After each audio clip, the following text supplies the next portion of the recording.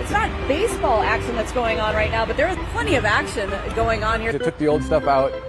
Now they're bringing in sand to get the level back to where it was, and they're going to till the sand in, kind of incorporate everything together. It's been a few years. After that long, between concerts and some other events we've had out there, it gets to be a little bit of patchwork. This stuff, the big tractor over there, on the back, the attachment on that is it's a tiller, so it'll go down about 4 inches to kind of mix up the old sand that was here and the new really white sand that we just added.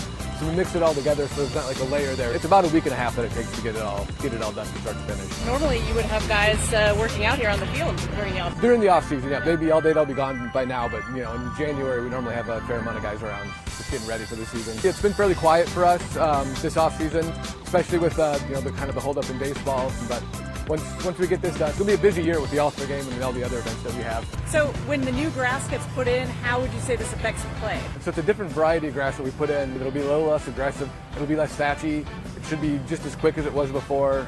We'll still cut it the same kind of height and everything. And what's the average cost of replacing the grass? The whole process in is about $200,000. The sod farm where this stuff comes from is out in the Indio, Palm Springs area. It seems like a weird place to grow grass, but it's flat, it's warm, it's sunny out there. It's what the grass needs. Every few years they're doing trials all across the country, kind of looking for new, more drought resistant, more heat tolerant, more stress tolerant. And every handful of years they kind of improve on stuff. We should be ready mid-March. It takes about 2 weeks for the grass to kind of take root. The players might not notice a whole lot, other than it might just look a little bit differently, which is that's what we want.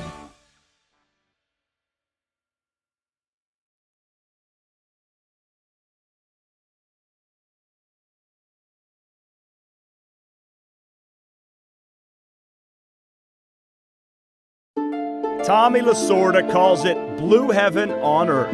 If you've ever been to Dodger Stadium, it's easy to see why it's revered as one of the jewels of the sport.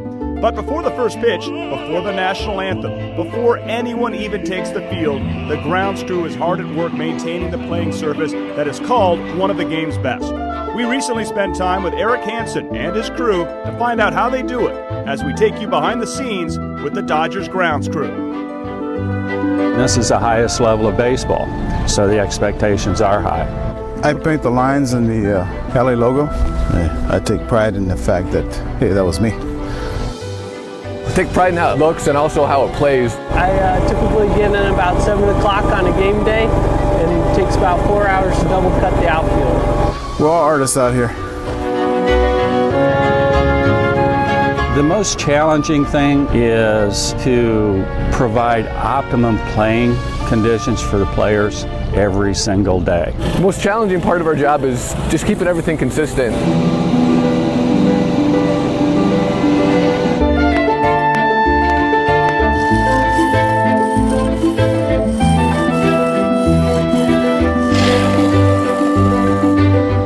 They do a great job of keeping the field right. The guys like the infield. Eric does a tremendous job. It's beautiful place.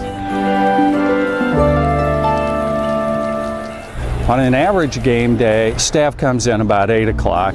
We'll start mowing.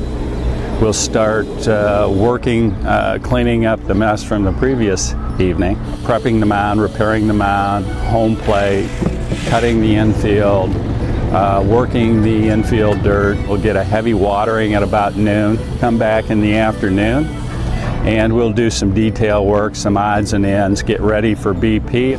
At that point, we start our pregame and get the field ready for the baseball game that will start at 7:10.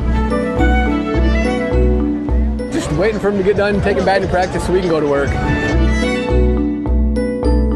We'll come out 3 times during the game and drag the infield, kind of clean that up. After the game, we'll come out, clean up, prep the mound, home plate for the next day, do some work on the infield dirt, soak it down real good, and then we're ready to start for the next day.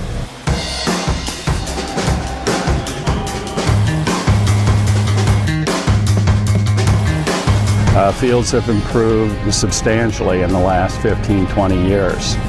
The more you improve, the higher the expectations. Dodger Stadium is probably one of the prettiest stadiums you're going to play in, and then the field itself is just a beautiful place to play. Team wins, makes it worthwhile. Just enjoy it. We all take a lot of pride in what we do, and we just enjoy doing a good job.